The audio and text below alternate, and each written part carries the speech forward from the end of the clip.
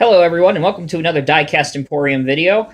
I posted on the Diecast Emporium Instagram page a series of 3 new Diecast Masters models and asked the community which of those 3 they wanted to see reviewed first.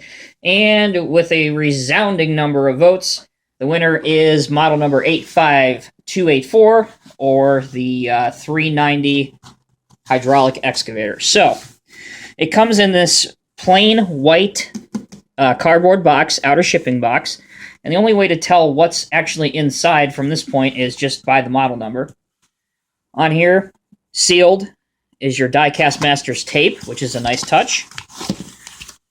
Now this is part of their Highline series, and all models that will be in their Highline series are going to come in these collectible tins, which I will show you here momentarily as I get it out of the box. Alright. So here is what the model is housed in. And also with each Diecast Masters model, you will get a small reprint brochure showcasing their 2016 lineup. However, obviously, this must have been done ahead of time, because as you can see, it says 2015 Inaugural Edition. However, 2016 is the first year for any Diecast Masters releases. But the book is a worthwhile inclusion, and it has a lot of nice, pretty pictures for you guys to go, take a look at. So that's nice. Very, very well done. Nice inclusion. So once you get it out of the shipping carton, they have this kind of bag material. It's really kind of hard to describe, but it's nice because it protects the carton or the tin from getting scratched during shipment. Simply pull the tape, pull it straight out, and there is the collectible tin that the model sits in. So obviously on the front you have a picture of the model, 1:50 scale Caterpillar, and this is item number 85284. On the side, Diecast Masters Highline series, which is what I was alluding to earlier. And this is kind of where it gets a little funny. Picture of the real machine, and if you look, take the camera here, hold on. If you look up here, it says Cat 740B articulated dump truck, but the specification details are actually for the 390F, so not sure how that got lost in translation in the factories in China, but it is what it is. Here is the top before I pop it. A great picture of the machine at work, and as you can probably tell, it is the same picture on the brochure. So, the way to get these things open is simply pop open the top. The model will be housed inside in these rubber black foam inserts. There's a finger hole here to stick your fingers in,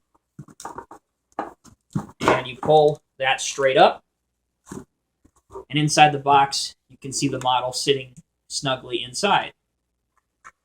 It is a tight fit, so especially for the first time out of the box, you do have to be very careful so you don't break anything off. But the foam usually does a pretty good job of protecting any damage during shipping.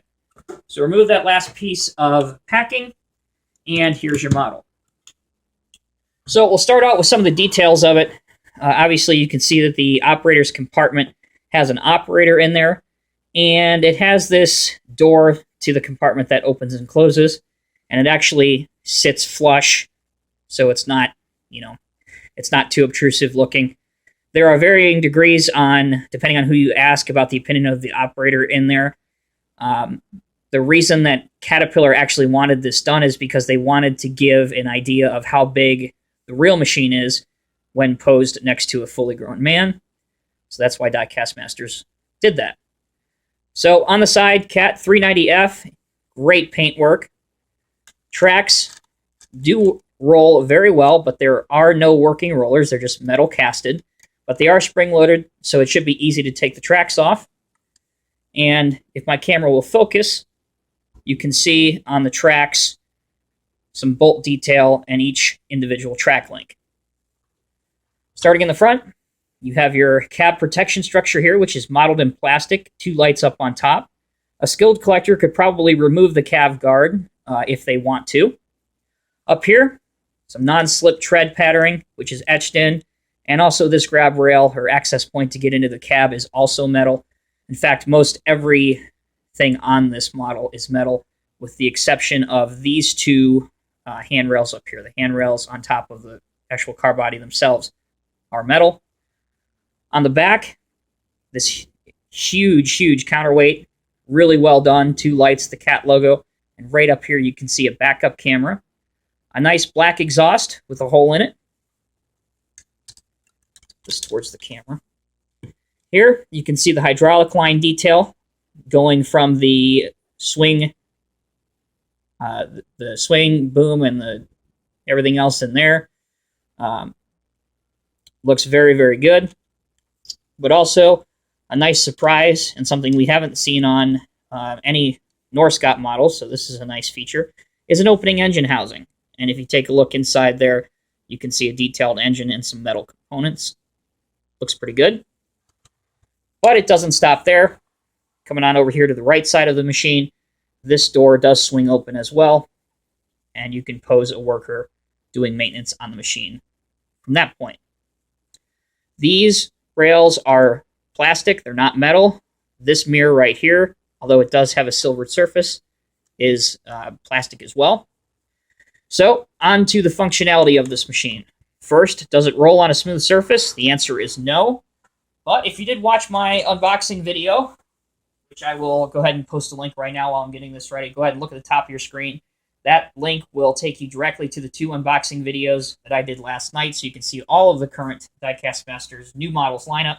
But here's our simulated, super expensive quarry floor, and as long as they have something to bite, the tracks will roll in both directions very, very well.